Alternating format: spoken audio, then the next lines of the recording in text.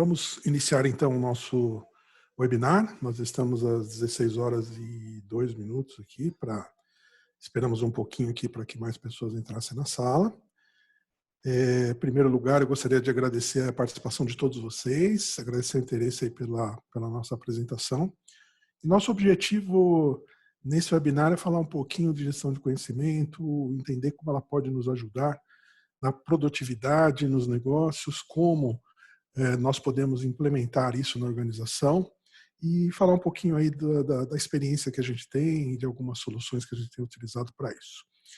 Bom, iniciando então nossa conversa, né, vamos ao nosso primeiro tópico aqui, o que é a gestão do conhecimento. Então, a ideia de alinhar um pouquinho aqui esse conceito, né, que às vezes ele é falado aí de diversas formas e a gente acaba não tendo um alinhamento do conceito. Então, alinhando, né, a gestão do conhecimento ela é uma disciplina administrativa que ganhou uma notoriedade a partir dos anos 80, principalmente quando as organizações expandiram pelo mundo, né, a famosa globalização.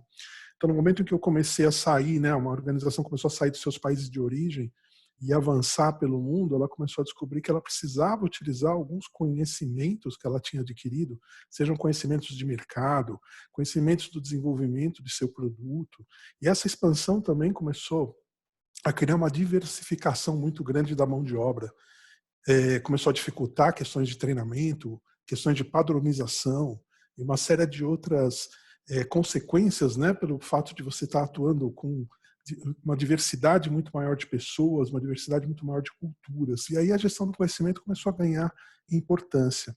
E foi mais para o final dos anos 90, né, que aí ela acabou se consolidando e fazendo parte aí do dia a dia de muitas organizações. O objetivo da gestão do conhecimento é identificar e manter disponíveis dados, informações e conhecimentos relevantes para a empresa de forma estratégica, isso em benefício da competitividade da empresa e dos negócios. A gente falou lá no início, no primeiro slide, de produtividade, né? Quando eu falo de competitividade, eu estou, de certa forma, ligado à questão de produtividade, né? Quando eu consigo me posicionar adequadamente no mercado frente aos meus competidores, eu preciso de uma estrutura produtiva para manter essa posição, manter uma certa liderança e manter um bom posicionamento competitivo. Nós falamos aqui de identificar e manter disponíveis dados, informações e conhecimentos. Mas isso não é tudo a mesma coisa? Muitas vezes no dia a dia a gente fala em dado, fala em informação, fala em conhecimento, como se fosse a mesma coisa, mas não são. Conceitualmente são muito diferentes, né?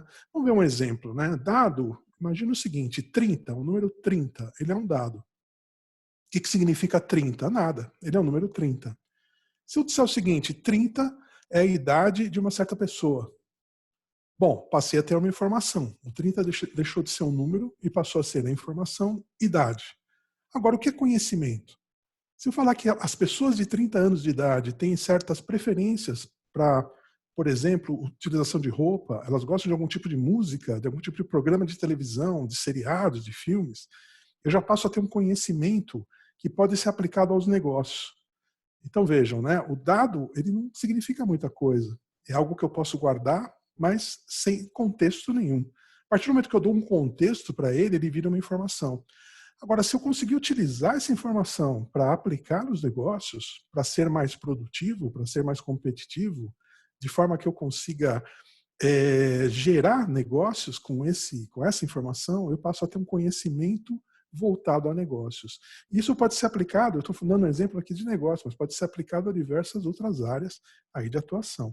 Então, conhecimento é interessante a gente começar a entender, ele só acontece dentro da cabeça das pessoas, né? Pela interação das pessoas, pelo processamento, vamos dizer assim, que acontece dentro do nosso cérebro, né?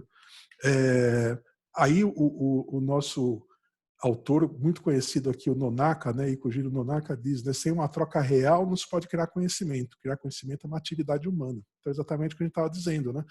Eu posso hoje, por meio das grandes bases de informações, hoje, nossa, tudo que nós fazemos é monitorado, né? Então, o Google monitora onde nós estamos, você tem, toda compra que você faz gera uma entrada de informação para alguém, né? Seja para o cartão de crédito, seja para a loja, seja para os dois.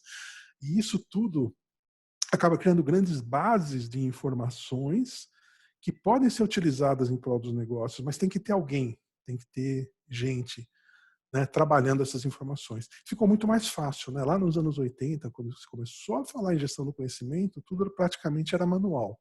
Hoje você tem uma alimentação de informações muito grande, de dados principalmente, né? Agora, tornar isso relevante para as atividades da empresa, tornar isso significativo para o negócio, aí precisa das pessoas. Tá? O próprio Nonaka, que a gente cita aqui, ele é autor, junto com o Takeuchi, da Espiral do Conhecimento. Né? Aliás, 9 entre 10 trabalhos de final de curso aí de administração falam do Nonaka e Takeuchi. Eles são muito conhecidos aí pelo trabalho que eles fizeram na gestão do conhecimento. Então, se ele fala isso aí só acontece com a interação humana, a gente pode acreditar. Quais são os passos para a gente ter uma gestão do conhecimento eficiente? Eu posso ter uma gestão do conhecimento mais simples, eu posso ter uma gestão do conhecimento mais complexa, mas para que ela seja eficiente eu tenho que ter alguns passos, né? E esses passos a gente vai ver em detalhes, mas basicamente a gente tem que identificar o que está acontecendo, né, de informação, onde estão essas informações, quais são as informações relevantes, eu tenho que capturar essas informações da forma mais adequada, estruturá-las, porque informação sem estrutura não se torna, a gente não consegue criar conhecimento se a informação não estiver estruturada, guardar isso em algum lugar e compartilhar. E a partir daí, atualizar. Né? Então vamos ver em detalhes. A identificação, que é o primeiro passo desse processo, né, de gestão do conhecimento.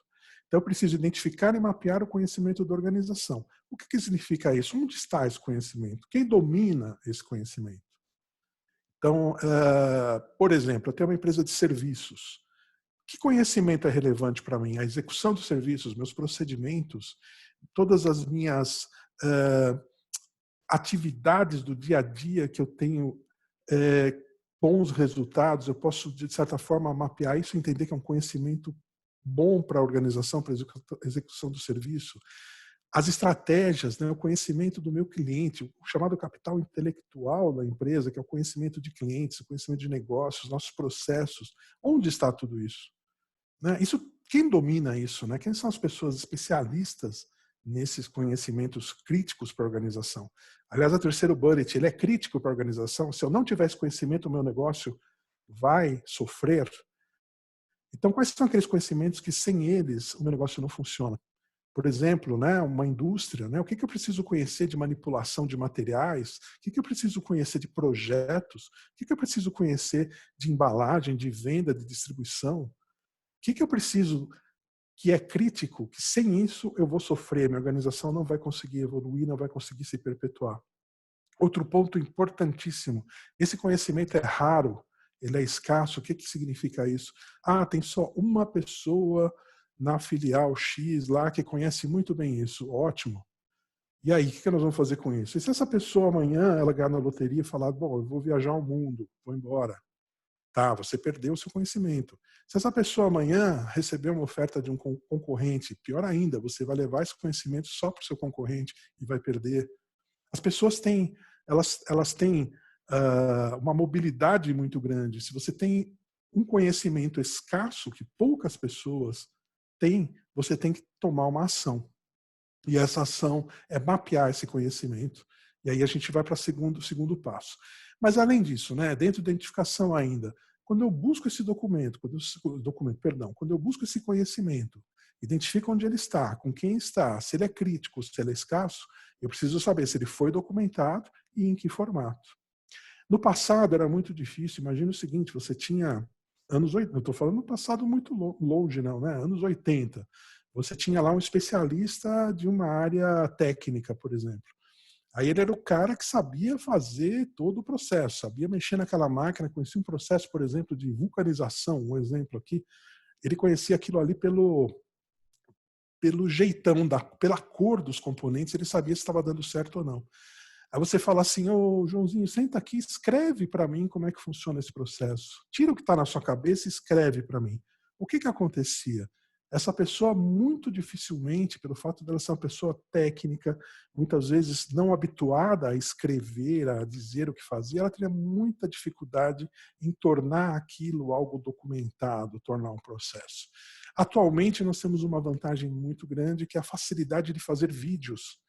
Então, os vídeos ajudam muito nesse caso. Então, tem algo que é extremamente técnico, que precisa de alguém que conheça, que veja a cor, que sinta o cheiro, que sinta quando aperta o parafuso de mais ou de menos, que a pessoa veja pelo jeitão ali do negócio se está dando certo ou não. Um vídeo ajuda muito, porque ela vai explicando e você vai gravando aquilo em vídeo. Então, atualmente nós temos uma vantagem muito grande para documentar alguns conhecimentos, principalmente esses conhecimentos técnicos e práticos de campo. E se ele for um conhecimento raro, é urgente que se faça essa documentação, que se acompanhe essa pessoa, se coloca 2 outros técnicos acompanhando essa pessoa. Né? É muito comum, né? Você tem na empresa aquele cara que é o mestre cervejeiro, é o especialista na vulcanização, como eu falei, o cara que sabe instalar cano de esgoto como ninguém. Poxa, coloca mais 2 pessoas boas lá com uma boa câmera fotográfica filmando, ou com um celular bom ali filmando o que essa pessoa está fazendo, entrevistando essa pessoa, e você passa a ter uma base de conhecimento documentada. Você tirou parte, né, boa parte daquilo que está na cabeça da pessoa, que é o conhecimento tácito dela, e está trazendo para um nível de documentação. Então, a identificação, ela é fundamental. E aí a gente já falou um pouquinho da captura, né? Quer dizer, como é que eu registro esse conhecimento, como é que eu escolho o melhor mecanismo, o melhor formato. Eu vou fazer um fluxo, vou fazer um procedimento, né? Como é que eu documento aquele conhecimento? Às vezes é um checklist, né?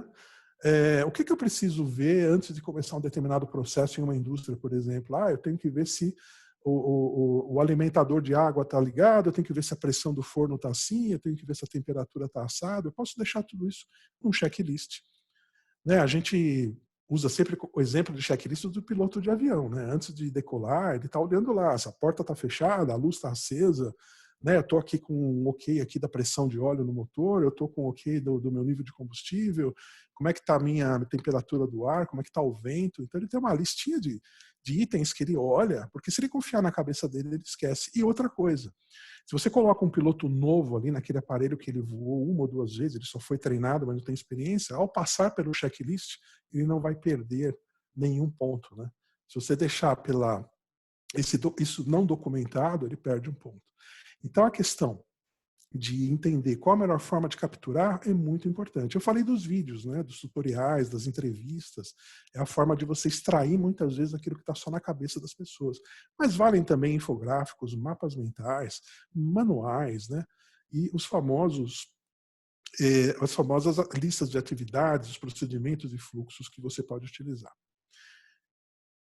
O terceiro passo é estruturar. Bom, legal, já entendi o que é crítico para a organização, quais são os meus conhecimentos que estão espalhados, como é que eu vou capturar isso. Agora eu tenho que estruturar isso de alguma forma. O que significa estruturar? Limpar. Vem muita sujeira, né? Principalmente você inicia um processo de captura de conhecimento por toda a organização. Você espalha algumas pessoas, treina, fala, vão atrás do conhecimento. Vai chegar muita coisa duplicada. Você vai ter que tratar essas duplicidades, escolher muitas vezes aquela que é melhor entre 2 que chegaram similares, né? Algumas coisas vão ter que ser quebradas, algumas coisas consolidadas. É ideal que você classifique isso como, né, de acordo com o negócio. Então, processos críticos para o negócio A da empresa, processos críticos para o negócio B. Você vai classificando isso, indexar isso. Indexar no passado era um outro problemão, né? Hoje você tem bases de dados que fazem isso de uma forma muito fácil, né? Você tem bibliotecas digitais, videotecas digitais, e você classifica isso na hora em que você publica. Planejar no armazenamento, né? Onde eu vou armazenar isso? Eu vou guardar aonde, para que, principalmente pensando na distribuição disso depois, né? Tem que ser um lugar que eu consiga encontrar facilmente, um lugar que seja disponível para todos que precisem da informação, e um lugar também onde eu consiga atualizar, né, quando necessário. Isso a gente vai ver nos próximos passos. Por último, definir, né, quando você estrutura, definir as regras para a utilização disso e para a atualização. Então, quando eu classifico os meus documentos, trato duplicidades, divido, consolido, indexo, coloco tudo dentro de com uma estrutura organizada, eu preciso saber como é que eu vou dar o acesso a isso, quem vai poder acessar o quê, e quem vai ser responsável. Aí é quem mesmo, pessoas, né, responsáveis pela validação e atualização disso. É muito importante lembrar que conhecimento tem validade, né? Não é perpétuo. Passo 4, armazenar. Então, guardar o que foi obtido, né? Escolher os melhores formatos. Aí a gente falou de meios, né? E agora formatos de armazenamento. Isso vai ficar onde? Numa biblioteca eletrônica, num sistema de, eventualmente pode se transformar num treinamento ou alguma coisa. Poxa, tenho aí um conhecimento da empresa que eu preciso distribuir rapidamente, eu faço um tutorialzinho. Vou definir os locais, né? Aí seriam os locais físicos, locais virtuais, onde a gente vai armazenar essas informações que vão se tornar conhecimento. Seguir a estrutura que a gente pensou no passo anterior, né? Na estruturação. Então, que estrutura e organização que foi planejada lá, eu tenho que, na hora de armazenar, seguir a classificação que foi definida lá e seguir regras de utilização daquele mesmo passo. Continuando, né? Compartilhar, talvez seja a parte mais importante do processo, né? Depois que eu defini tudo que é importante, tudo que é relevante ao negócio, tudo que é crítico, achei aqueles conhecimentos escassos e, de alguma forma, extrair de onde eles estavam, eu tenho que compartilhar. E é disponibilizar esse material para quem precisa saber. Obviamente, eu posso colocar tudo numa grande base de dados e abrir para todo mundo, mas talvez não seja mais eficiente, né? Talvez não seja mais eficaz. Eu tenho que trabalhar públicos-alvo. Então, quem é que precisa ter cada tipo daquelas informações? E aí definir quem vai poder acessar. Né? Da mesma forma, filtrar esses conteúdos, né, se for aplicável, escolher os meios de compartilhamento para cada um, né, desses públicos. Então, aquela pessoa de campo ela vai poder acessar isso de uma forma, as pessoas que estão em escritórios têm outras formas de acesso. Muitos dos conhecimentos, muitas vezes, eles podem se transformar em produtos automatizados, né? Então é muito comum hoje, até pela facilidade que a gente tem de utilização de equipamentos móveis, né? Algumas atividades que eram feitas basicamente com pranchetas, né? Então, você imagina um inspetor de uma linha de transmissão, por exemplo, seja de energia, de gás, o que for, né? Que ele tem que fazer uma série de cheques, né? De verificar pressões em lugares diferentes, ou se for elétrico, tensões e tudo mais. Antigamente ele ia com uma pranchetinha ali, media e fazia as anotações. Hoje ele tem um sistema no equipamento móvel dele. Ele vai anotando ali no equipamento móvel o que está acontecendo, o próprio sistema ele já identifica se há, por exemplo, alguma questão de risco ali. Então, existe um conhecimento todo do processo, um conhecimento todo que está por trás, que está embutido no sistema. Então, aquela pessoa que está ali na frente de um equipamento e está anotando o comportamento, anotando indicadores que aquele equipamento está passando por meio de, né, de relógios ali, medidores, e ele coloca no sistema e esse sistema diz para ele, olha, atenção com tal coisa, porque, né, a pressão está muito alta para esse tipo sei lá, de produto e tal. Então, esse tipo de alerta que vem de um sistema automatizado é conhecimento que está embutido no sistema, que veio de alguém que foi capturado, foi organizado e foi desenhado dentro de um sistema.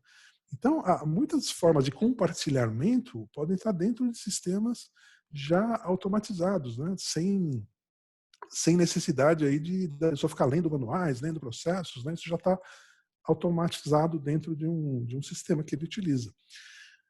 Além disso, nós temos, né, a parte também de estimular, né, o compartilhamento, né, acompanhar e estimular. Quer dizer, as pessoas estão usando aquela informação que foi colocada ali. Né, então, de alguma forma, fazer com que quem precisa da informação saiba onde a informação está, saiba utilizar essa informação, saiba buscar essa informação. Isso é muito importante. E, por último, atualização, né? Seria o último passo. Porque o conhecimento ele tem data de validade. Né? Principalmente quando a gente fala de atividades que dependem, né, de sistemas, dependem de equipamentos, isso muda muito, né? Uma coisa que eu uso hoje, daqui a 3 anos vai se tornar obsoleta e todo o conhecimento que havia sobre aquele produto, aquele sistema, aquele equipamento, ele se torna obsoleto junto, né, com o equipamento. Então eu tenho que atualizar isso. O que eu preciso trabalhar para que isso fique atualizado? Como é que eu atualizo a minha base de conhecimentos e como eu atualizo também as pessoas que utilizam esse conhecimento? Na verdade, eu falei aqui de piloto de avião, né? O piloto que voava um Electra na década de 80, ele hoje voa um Boeing 7 alguma coisa, ele foi atualizado junto com o equipamento. Senão, ele estaria colocando em risco ali o trabalho dele e de todo mundo que está voando com ele. Então, você tem que ter essa atualização das pessoas junto com a atualização de processos, de equipamentos, de sistemas e de todo o conhecimento junto com isso. Por isso que é importante definir validade e expiração de alguns documentos que são compartilhados, quando aplicável. Né? Você pode ter alguns processos organizacionais, políticas organizacionais, por exemplo, que não têm uma data de validade muito clara. São coisas mais permanentes. Agora, quando é algo mais técnico, tem que se pensar, bom, quando que eu tenho que fazer uma revisão disso? Então, definir uma validade de 2 anos para um documento desse que está armazenado, para a gestão de conhecimento, para que alguém, né, um responsável, olhe isso daqui a 2 anos e diga, não, ele ainda vale ou precisa ser atualizado. Isso é importantíssimo. Definir essas regras de atualização. Né? Quando é que 2 anos está bom para esse tipo de documento? Tem que ser 1 ano, tem que ser 6 meses, ou pode ser 5 anos. Então, definir quem são os responsáveis por essa atualização e pela validação do que está armazenado. Aqui é muito importante isso para que se faça uma limpeza. Né? É importante que os documentos que sejam obsoletos sejam descartados também. Se não forem atualizados, sejam descartados. De forma que eu não fique poluindo uma base de conhecimento que tenha muita coisa e acabe atrapalhando quem vai pesquisar. É importante também, na atualização, detectar novidades.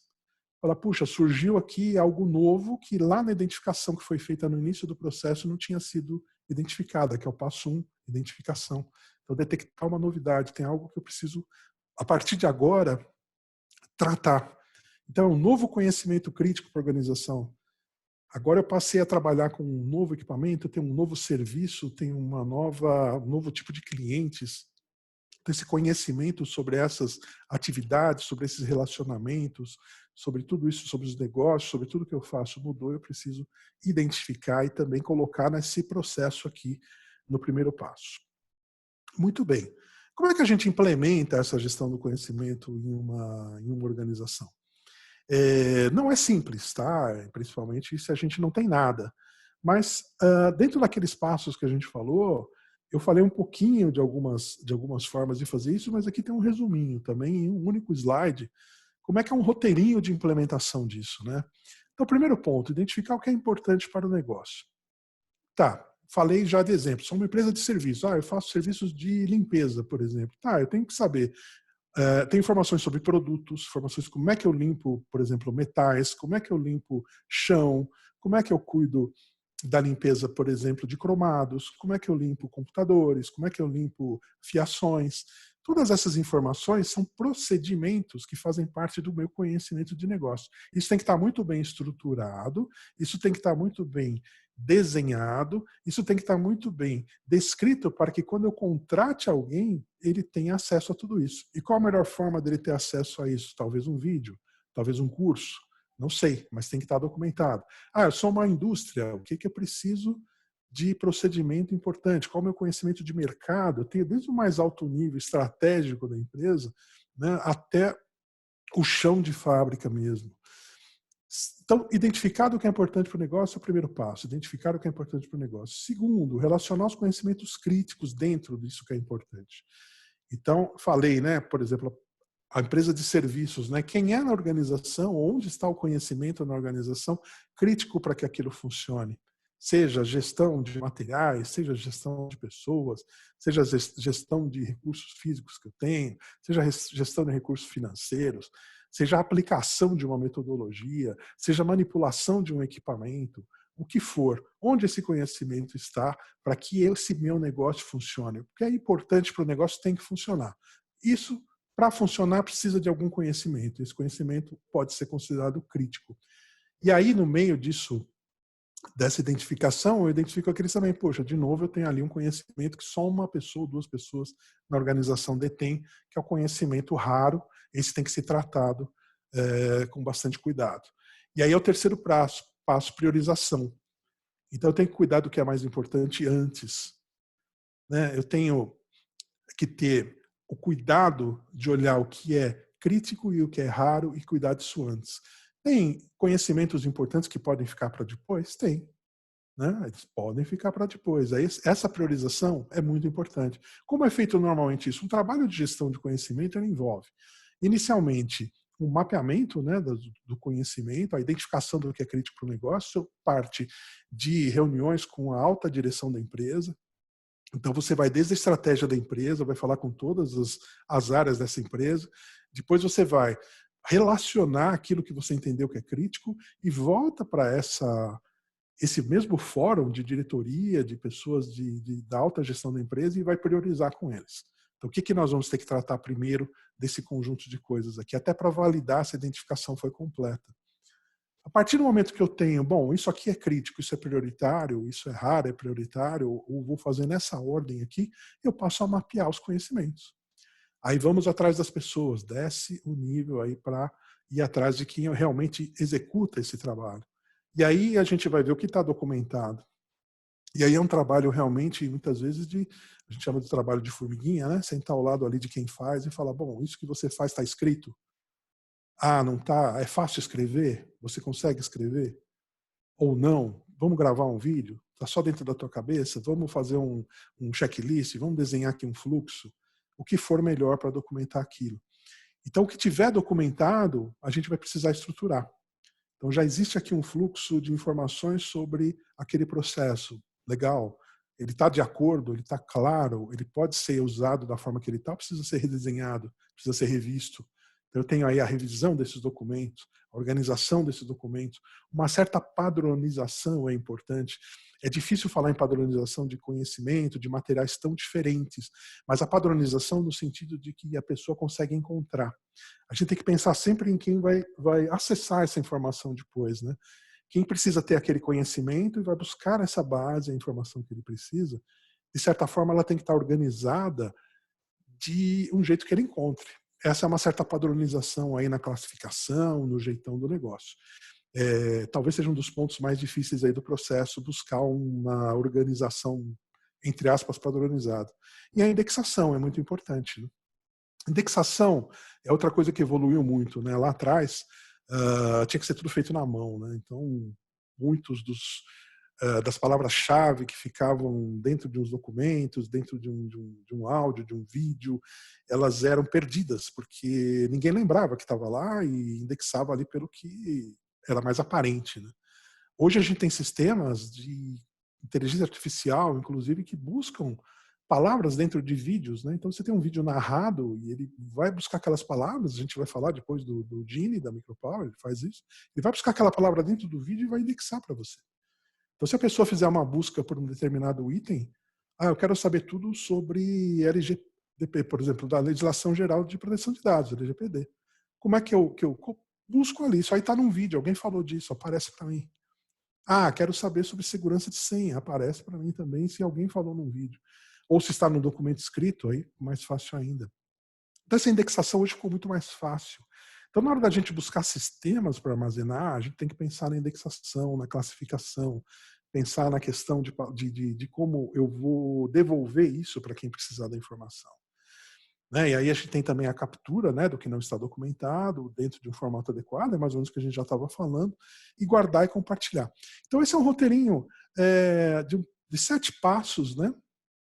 7 é sempre um número cabalístico aí, mas a ideia é o que é? Dentro desses 7 passos, dependendo do tamanho da organização e dependendo do volume de conhecimentos que sejam identificados como críticos e eventualmente como raros também na organização, esse trabalho ele pode demorar mais ou menos. O que a gente sempre aconselha é trabalhe muito o item 3, priorize. Então, comece com aquilo que é mais importante, comece com aquilo que é raro, comece com aquilo que, se eu perder, meu negócio para. Né? Acho que a pergunta fundamental para a priorização é essa, né? O que eu não posso perder? Então, imagina aquilo que eu falei, né? Eu tenho só uma pessoa na organização que conhece um processo. Bacana, né? Essa pessoa ganha na loteria, vai embora, vai conhecer o mundo, ela morre, ela fica doente, ela aposenta. Aposentar é mais fácil que você programa a aposentadoria. Mas o resto não, né? A pessoa muda de empresa, ela vai embora, você não tem controle sobre isso. Isso acontece às vezes da noite para o dia. E você perdeu esse conhecimento, qual é o impacto que a organização vai sofrer. Então, essa identificação de impacto, se eu deixar de ter esse conhecimento, vai definir essa minha priorização. Então, pode usar uma matriz Gucci? Pode usar uma matriz Gucci. Quer dizer, se eu deixar de ter o conhecimento, qual a gravidade disso? Qual a urgência? Né? Quer dizer, se eu fico sem a pessoa que faz aquele serviço, a pessoa que conhece aquele processo, a pessoa que opera aquela máquina, a pessoa que faz aquele procedimento, até o relacionamento é importante. Às vezes eu perco a pessoa que fazia um relacionamento com um cliente, e esse cliente já torce o nariz para mim, fala, poxa, eu gostava tanto do fulano, ele foi embora. Né? Então agora o cliente perde a referência com a empresa. Isso é importante também, não é só equipamento, tecnologia, as pessoas também. Relacionamento é parte do capital intelectual da empresa, isso tem que ser preservado. Então, quanto mais se puder detalhar o impacto que seria causado caso você deixe de ter aquele conhecimento dentro da empresa, maior vai ser a sua facilidade de priorização. Esse é o ponto-chave do negócio. E aí vai definir o tamanho da encrenca, o resto do trabalho todo. Né? Quer dizer, a partir do momento que eu priorizei e falei, vou cuidar desses 10 assuntos primeiro, ou desses 20 assuntos primeiro, ou desses 50 assuntos primeiro, isso vai me dar essa escala de priorização, essa escala de trabalho. Né? Se eu vou trabalhar 3 meses para mapear tudo, 2 meses, 1 mês, 15 dias, e a estruturação depois também é algo que vai depender do volume desse material todo. Mas assim, dentro desses 7 passos aqui, a gente consegue trabalhar sem problemas uma gestão de conhecimento eficaz que vai suportar as operações da empresa. Eu vou ter documentado aquilo que eu preciso para operar a empresa. Então, se eu tiver mudança de pessoas, se eu tiver ampliação dos negócios, se eu tiver uma mudança de foco, eu consigo rapidamente, né, ter as informações necessárias para trabalhar. Isso garante a minha competitividade, né, no mercado. Isso hoje é muito importante. Né? Aquela empresa que perde o seu conhecimento, ela perde a sua competitividade. Aí não adianta ter a maior produtividade do mundo, que ela não vai conseguir se recuperar. Bom, gente, então dentro desse processo aqui, espero ter dado uma luz aí para vocês pensarem como fazer um processo de gestão de conhecimento. E, de novo, né, é importante começar com o que é mais prioritário. Eu não tenho nada na minha organização. Define 3, 4 itens prioritários e começa com eles. Aí você vai ver que depois de passar por esses 7 passos, você vai sofrer um pouquinho aí para identificar algumas coisas, vai sofrer para definir aonde eu vou guardar as coisas, como é que eu vou compartilhar, mas depois que passar por essa primeira rodada desses 7 passos aqui, aí o negócio vai fluir bem mais fácil. Bom, alguns exemplos de solução, né? Como é que a gente trabalha isso na prática, né? Essas questões todas de gestão do conhecimento, compartilhamento e tudo mais. Tem alguns exemplos aqui dentro do Micropower Performa, né? Que é o sistema de gestão de aprendizado e desempenho da Micropower. Um ponto que eu gostaria de começar é videoteca, né? Eu falei da importância dos vídeos hoje, né? O vídeo hoje permite que você capture um procedimento, capture uma pessoa trabalhando, capture dicas de uma pessoa que está executando um trabalho que ela não saberia escrever. Como é que eu automatizo alguma coisa que eu não consigo escrever, que eu não consigo, né? Como é que eu treino alguém para substituir? Né? Eu tenho lá o meu mestre cervejeiro, eu tenho lá o meu vulcanizador, eu tenho lá o meu técnico mecânico, eu tenho meu técnico de manutenção, eu tenho meu engenheiro, eu tenho meu instalador, aquela pessoa que faz como ninguém trabalha. Como é que eu capturo o que ela sabe fazer? O vídeo é a melhor opção. Então vai lá alguém com conhecimento técnico também, junto com ele, acompanha, filma, entrevista, grava, depois você tem um trabalho aí de editar, classificar, indexar, e você vai ter todo o trabalho ali organizadinho. E se for bem feito, você vai ter grande parte do conhecimento que está na cabeça da pessoa documentado, que é transformar aquele conhecimento tácito, né, que está na cabeça da pessoa, para algo externo, né? Você vai externalizar aquele conhecimento técnico e colocar no vídeo. O vídeo é a melhor forma de fazer isso. Então, uma videoteca que possibilita você receber esses vídeos, compartilhar esses vídeos. E o mais bacana, né? A videoteca do Performa permite, por meio do aplicativo móvel, que qualquer pessoa da organização gere um vídeo e esse vídeo vai fazer parte da videoteca, claro, passando por uma aprovação. Então, você imagina assim, eu tenho lá a minha rede de concessionárias de automóveis. Lá eu tenho um mecânico que, lá numa cidade longe dos centros aí, descobriu como resolver um problema recorrente lá, que vários clientes estavam reclamando no Brasil inteiro. E ele falou, puxa, é só mexer aqui e descobrir o que estava dando problema. Vai lá, grava um videozinho, junto com um colega dele, olha, você abre aqui, mexe ali, resolve, troca isso, fixa isso. está resolvido. Esse videozinho, ao ser compartilhado, ele vai levar um nível de resposta muito alta por toda a organização. Então, quase que imediatamente, toda a organização vai ter aquela solução de uma forma simples de entender. Então, o vídeo é fantástico para a gestão do conhecimento. Tenham isso em mente. Isso aqui é um novo conhecimento, né, o vídeo. Segundo ponto, a biblioteca, né? Então, o Performa também dispõe de uma biblioteca que permite a classificação, o armazenamento, a utilização de palavras-chave para indexar os documentos, permite que você filtre esses documentos também por público-alvo.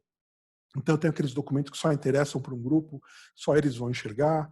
Permite também que eu trabalhe com a publicação, né, compartilhada, né? Quer dizer, algumas pessoas têm autorização para gerenciar a biblioteca na organização, elas podem subir documentos. E a ideia é que qualquer documento aí poderia ser disponibilizado por esse processo. O bacana é que ela tem aqui, a gente está vendo nessa foto, né, nessa imagem, essas abinhas. Essas abinhas são categorias, é a classificação. Então, quando eu publico um documento, eu digo o seguinte, olha, esse documento é da categoria tal, ele já vai criar uma abinha e colocar o documento lá. Então, já tem a classificação. A organização, por conta de também a públicos-alvo, filtros, né? Tem a possibilidade de colocar palavras-chave para pesquisa, tem uma pesquisa aqui bastante abrangente também na biblioteca. E a ideia, então, é compartilhar outros tipos de documento, né? Que a gente já falou de vídeos lá na biblioteca, e qualquer outro tipo de documento estaria disponibilizado nesse formato. Um outro ponto bastante interessante aqui são o compartilhamento mesmo de experiências, né? Através de comunidades. Então, as chamadas comunidades de prática, grupos de discussão. Aí o Performa tem um módulozinho chamado Tribes. O Tribes ele vai nesse conceito mesmo de grupos, de tribos, né, que trabalham em conjunto. E lá dentro você pode criar grupos públicos e grupos privados para troca de informação. Então, tem lá, minha área financeira, de impostos, tem especialistas que precisam trocar informação com os meus representantes ali que trabalham junto aos clientes e precisam dessas informações, e só interessa esse grupo. Cria uma comunidade fechada. Então, só esse grupo vai participar dessa discussão de impostos, de medidas aí de melhoria, né, de alíquotas, aquela coisa toda que o pessoal que trabalha com isso adora. Só esse grupinho vai trabalhar, não interessa isso para os outros. Agora tem um tópico de discussão mais amplo, né? Eu quero falar de melhorias na empresa, de ideias, de sugestões, né? Aliás, sugestões é uma fonte muito grande também de compartilhamento de conhecimento, né? A pessoa fala, puxa, isso não poderia ser assim? Quando ela fala isso, ela está abrindo um campo aí trazendo experiências, coisas que ela viu que podem ajudar muito a empresa como um todo. Então, essas comunidades, elas ajudam muito. Então, a ideia é que ela permite o registro e troca dessas informações por meio dessas comunidades. Aqui nesse exemplo eu tenho uma comunidade criada, né, aqui pela pessoa chamada Mariana, e foi discutindo aqui vários grupos, as pessoas querem acrescentar imagens e vídeos, né, e com isso eu consigo ter um registro, né, e de forma colaborativa trabalhar esse conhecimento organizacional também. Além disso, né, esse conhecimento ele pode estar também concentrado em especialistas. Aí eu posso trabalhar as questões de especialidades e especialistas, que também são grandes fontes aí da gestão do conhecimento, né? Quer dizer, quem sabe o que e onde estão essas pessoas? Lembra daqueles conhecimentos críticos, conhecimentos raros, né? O ideal é que eu tenha mais de um especialista por conhecimento. E qual que é a ideia aqui, né? Eu tenho um mapeamento desses especialistas dentro da organização. Tá aqui, ó, especialistas na Lei Geral de Proteção de Dados. Tem 3 pessoas, especialista aqui em mercado, né? Aqui eu abri uma caixinha de uma pessoa. Eu posso deixar o que aí? Opções para seguir essas pessoas. Então, tudo que ela publicar dentro dessa comunidade aí do Tribes, eu vou ter acesso. Então, eu estou em contato direto com o especialista. O especialista pode criar uma comunidade dele para discutir. Imagina você numa empresa farmacêutica, você tem lá o dono do produto, né? A empresa farmacêutica tem muito isso, não só a farmacêutica, outras também tem, mas eu tenho lá um médico que é o grande especialista daquele produto, daquela linha, né, de medicamentos. Aí você tem um representante que visitou um médico e o médico fez uma pergunta para ele. E aí ele vai falar, poxa, vou perguntar para o meu supervisor. Não, vou perguntar. Aí o supervisor sabe mais ou menos, vou perguntar para o meu amigo. É pior ainda, né? Vou pesquisar na internet, vai acabar achando informação do concorrente.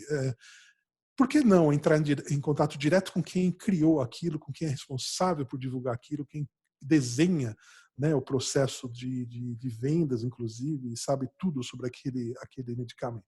Então, se você tiver uma comunidade ali onde aquele especialista participa, a troca de informação é direta entre quem está na ponta e quem detém o conhecimento. Aí esse conhecimento flui pela organização de uma forma direta, sem intermediários que muitas vezes, né, isso não é intencional, claro, né, muitas vezes distorcem a informação original.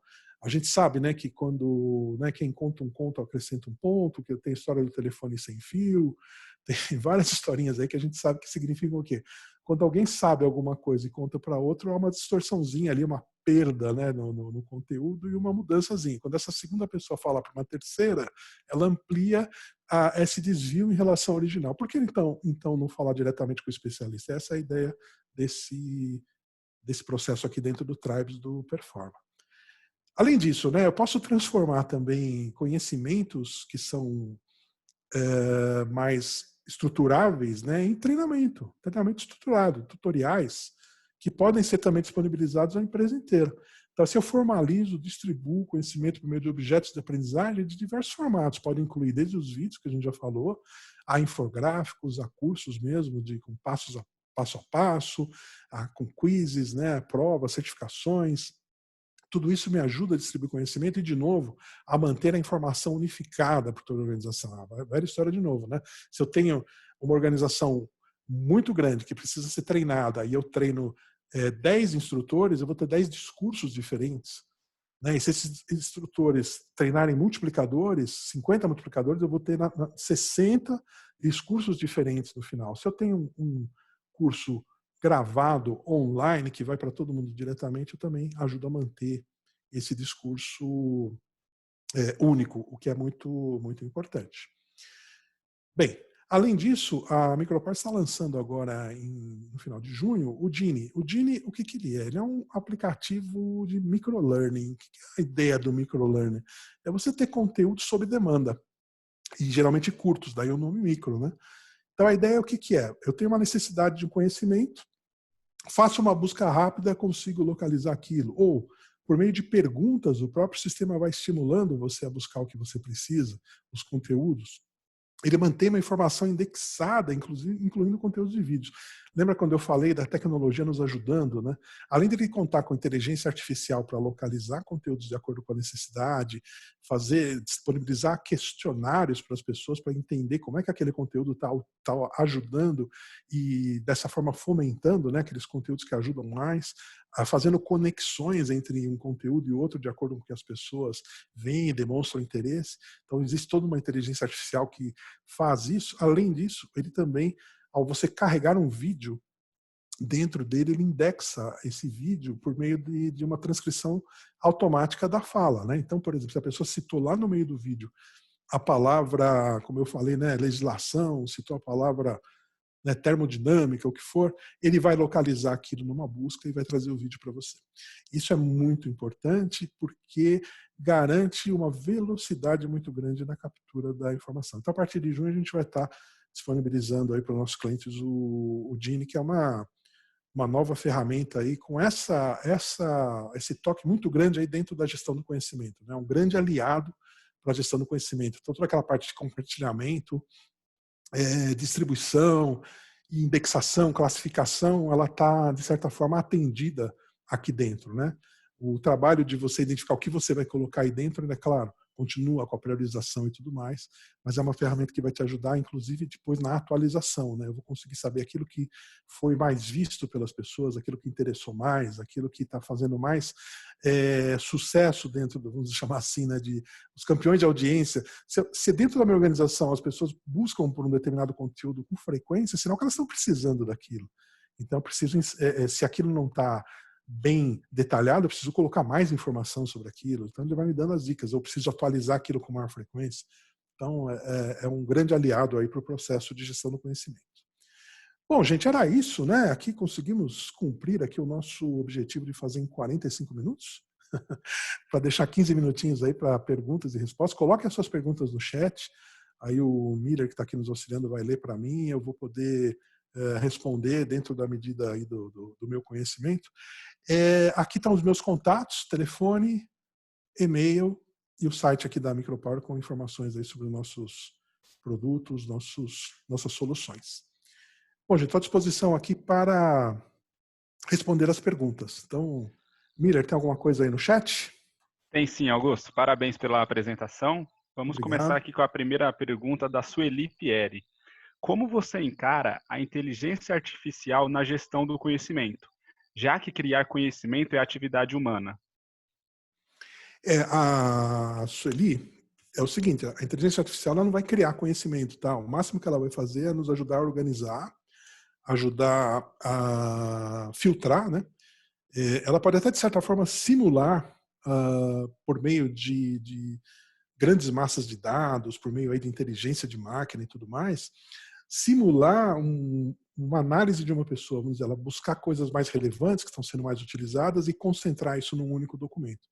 Mas continua sendo uma atividade humana e o grande papel da inteligência artificial, né, até citei isso agora que eu falei do Gini, é nos ajudar na classificação, na identificação, na correlação das coisas. Isso é muito importante, né?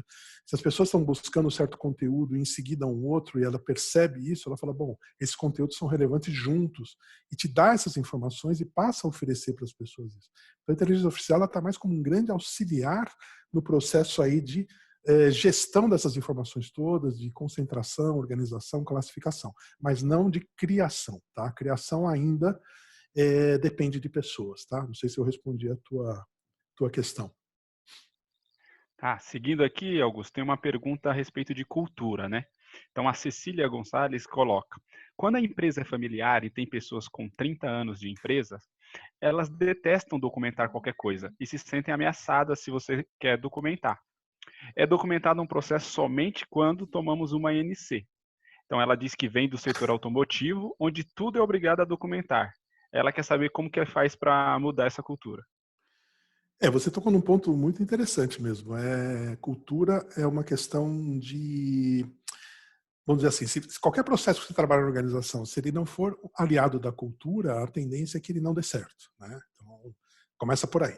Mudar a cultura é algo que é muito difícil, demora. Ela acontece por amor ou por dor, né? Então, quando você toma uma multa, você vai pela dor, ou quando as pessoas se engajam por alguma necessidade e ela vai pelo amor, né? Mas a mudança da cultura ela vai acontecer nesses casos. O que é importante, essas pessoas de 30 anos de empresa, muitas vezes fundadores, muitas vezes as pessoas que começaram, aquele negócio sempre deu certo, na mão deles entenderem que eles não são eternos e que alguém tem que dar continuidade àquilo.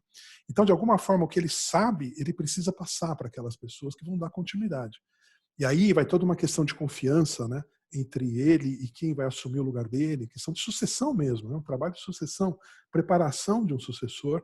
E essa preparação passa por esse processo de documentar aquilo que eu faço para que aquela pessoa que vai ficar no meu lugar faça também. E para que isso, assim por diante, né? Se aquela pessoa que ficar no meu lugar também não é eterna e também pode sair da empresa, enfim, passe para o sucessor dela e assim por diante. Então tem que se trabalhar nessa linha. Tá? Não é fácil, não. É um grande desafio. Legal, tem mais uma aqui, Augusto. A Fernanda Carvalho pergunta: quais as principais ferramentas são utilizadas para a GC? Existe dica de taxonomia? Oi, Fernanda, tudo bom? Bom, veja, questão de ferramentas, nós damos alguns exemplos aqui da parte de compartilhamento. Quando você está fazendo a parte de identificação e a parte de captura, aí não tem ferramentas assim, muito, vamos dizer, formalizadas, né? A captura pode ser feita usando um Word, um PowerPoint, um mapa mental, aí um Mind Manager ou qualquer software similar, e a parte toda de vídeos e fotos e gráficos, né, que pode ser utilizado. Então, qualquer software aí de gestão de processos, dessa parte toda de desenho, ele pode ser utilizado. E compartilhamento são bancos de dados com bibliotecas, com a parte de videoteca, como eu mostrei para vocês. Com relação à taxonomia, vai depender muito do tipo de informação que você vai trabalhar. Tá? Então, são informações, por exemplo, mais técnicas, aí o ideal é você trabalhar uma taxonomia por tipo de equipamento, por tipo de produto, por tipo de, muitas vezes, de insumo. Vai depender muito da onde você vai identificar a questão da informação crítica. Se é uma área de serviços, aí você pode trabalhar atividades e fazer uma quebra, né, desse processo dentro de atividade. Então, a taxonomia vai depender muito do tipo de serviço que você vai utilizar. Mas sempre procurando o quê? Olhar o meu resultado final, né? Eu tenho um serviço, vou olhar a atividade. Eu tenho uma área, uma indústria, vou olhar meu produto e fazer a quebra desse conhecimento pelo produto. E assim por diante. Ok?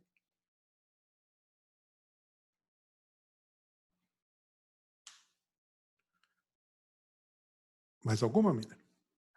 Por enquanto é isso, Augusto. A Fernanda colocou aqui. Acho que as ferramentas ficaram claras com o Performa. A Sueli disse que Ok. está satisfeita aqui com a resposta também. Gostou muito, excelente. Deixa eu parar então o meu compartilhamento aqui, abrir minha câmera, né? Porque afinal não aparecia, o pessoal vai achar que eu estou querendo me esconder. Estou aqui. Muito bem, nós temos alguns minutinhos ainda. Se tiver mais alguma questão, estou à disposição. Temos ainda mais, no tempo regulamentar, mais 8 minutos. Estamos à disposição. Agradeço mais uma vez a participação de vocês e pelos meus contatos ali eu estou à disposição também. A Sueli pergunta aqui, ó. O Gênios, acho que é o Gene, fará a busca em que idioma? Ele está trabalhando em português. Aliás, é uma coisa que a gente precisa perguntar para os desenvolvedores, se eles estão planejando outros idiomas. Mas Augusto, por enquanto, o lançamento... Pois não. a equipe de marketing já fez um teste, ele funciona com busca em inglês também, vídeo em inglês. Olha aí. Isso. Informação Termos em inglês. chegando. Eu mesmo fiz o teste, ele busca termos em inglês do YouTube. Você coloca um vídeo do YouTube lá, um link, e ele busca dentro do vídeo em inglês. Então ele é mais inteligente do que eu pensava. Sim. Muito bem. Porque como é um lançamento ainda, a gente não teve a oportunidade de conhecer todas as features, né? Ele está em fase final de desenvolvimento. Mas é uma excelente notícia, informação chegando aí que ele vai trabalhar aí com o inglês também. Isso é muito útil, né? Porque muitas vezes você vai buscar uma informação do YouTube, por exemplo. Você puxa um vídeo do YouTube para dentro de um processo aí de conhecimento dentro da sua organização. Ele vai indexar aquilo para facilitar as buscas. Esse vídeo muitas vezes é algo muito novo, né? Muitas vezes se refere a algo que no Brasil é raro, ele está em inglês, né? Então ele vai ajudar muito nesse ponto aí. Joia. A Fernanda perguntou aqui a respeito da apresentação. Então, após o evento, a equipe de marketing da Micropower vai enviar uma pesquisa, né, para que vocês respondam a respeito do webinar. E aí, respondendo essa pesquisa, a gente envia a apresentação utilizada aqui, bom? Sem dúvida. A Adriele fez uma pergunta aqui, Augusto. Você tem algum caso real que comprove o diferencial competitivo em organizações que praticam a gestão do conhecimento para bench? No trabalho de consultoria, né, que a gente fez, né, muitos anos aí de consultoria, a gestão do conhecimento ela sempre foi muito importante. E aí eu falo isso de muitos anos atrás, eu tinha uma dificuldade enorme no compartilhamento, que hoje falei para vocês facilita muito, né? Ela foi muito importante principalmente quando você tinha aqueles processos de junção de empresas, né, de aquisições e coisas assim. Se você imagina um grande grupo que compra uma empresa que tem de um setor totalmente diferente, que ele não opera ainda, o primeiro trabalho que era feito ali era o mapeamento dessas atividades, o mapeamento dos conhecimentos críticos. Então eu preciso saber quem são essas pessoas que eu estou contratando, o que elas sabem de importante para aquele negócio, né? E isso foi fundamental para que os negócios se perpetuassem, né? Eu não tenho aqui números para mostrar, nenhum caso com números, mas a gente tem esses exemplos aí de situações onde, se não houvesse um trabalho de gestão de conhecimento, você não teria a continuidade daquele negócio dentro da empresa. E muitas vezes o processo contrário também, né? Eu tenho a junção, né? Por exemplo, implantação de um centro de serviços compartilhados, um CSC. Eu tenho vários negócios de um grupo e eu quero unir funções aí dentro de um centro de serviços compartilhados. Bom, quem são as pessoas que conhecem isso lá nas pontas, né? Eu tenho 8 empresas no grupo que vão para dentro de um mesmo centro de serviço. Quem são essas pessoas? Onde é que estão esses conhecimentos? Como é que eu posso unificar isso? E aí o trabalho de estruturação do conhecimento era o crítico, porque eu tinha que pegar, como é que é feito tal atividade nessa empresa, nessa empresa, nessa empresa, nessa empresa, qual a melhor prática? E aí discussões, e envolvia alta gestão, para se chegar numa melhor prática, e aí falar, bom, a partir de agora vamos documentar isso vale para todo mundo. Então, a gestão do conhecimento é fundamental nessas situações. Como eu disse, não tenho nenhum caso com números aqui, mas são exemplos de situações em que, se isso não fosse feito, os negócios não teriam continuado. A Adriele, que fez essa pergunta, Augusto, continua nesse tema, até dá para a gente detalhar um pouco mais. Ela pergunta como é feita a mensuração. Quais são as boas práticas de gestão de conhecimento? A gestão do conhecimento, ela tem como boa prática, principalmente, o compartilhamento do conhecimento útil, né? A mensuração disso, ela não é uma mensuração talvez quantitativa, é mais qualitativa, é mais no sentido de melhoria de processo, melhoria de resultados de alguns negócios, né? A facilidade com que algumas atividades passam a ser realizadas, né? Que antigamente teriam mais problemas, né? Então, a redução, você pode utilizar aí, redução de erros como um dos índices, a redução de reclamações de clientes como outro índice, né? Eu falei do exemplo de concessionárias de automóveis, então se eu tenho ali um problema recorrente que eu tenho no Brasil inteiro, clientes aparecendo ali falando, olha, isso aqui tá me dando problema, e alguém descobre a solução e compartilha, você reduz as reclamações e os problemas de cliente quase que imediatamente, porque todo mundo que aparecer ali é resolvido rapidamente, né? Então a mensuração ela fica mais nesse nível, né? De resultados de processos mesmo, velocidade talvez de processo, qualidade no atendimento, qualidade nos resultados, isso que a gente consegue medir pelo fato do trabalho ocorrer de uma forma mais padronizada, mais uniforme, e as pessoas que estão lá na ponta estarem melhor preparadas para executar aquele serviço. Tá.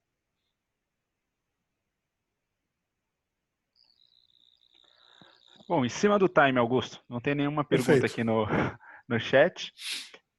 Pode fazer o encerramento aí, a Adriele acabou de agradecer. Eu que Estamos agradeço. em cima do nosso horário. Então, gente, eu que agradeço a participação de todos, a gente está à disposição. Nós vamos ter aí uma sequência de webinars aí com os meus colegas nas próximas semanas. Já foi anunciado na nossa... como é que chama mesmo, Alexandre? No blog da do Micropower. blog. E na Não, além do newsletter. blog, newsletter. Nossa, fugiu a palavra aqui. No nosso newsletter que foi publicado hoje, tem lá as datas e os temas dos próximos webinars. Então, Quem mais quiser uma vez, acompanhar agradeço. também, é só ir no blog da Micropower, lá tem uma... Exatamente. no site da Micropower, lá tem a opção blog. Ok, gente, muito obrigado mais uma vez. Uma boa tarde a todos. Legal. Pessoal, fiquem à vontade para, na pesquisa, indicarem os temas que vocês gostariam que nós fizéssemos webinars. Aí a gente vai organizando os próximos.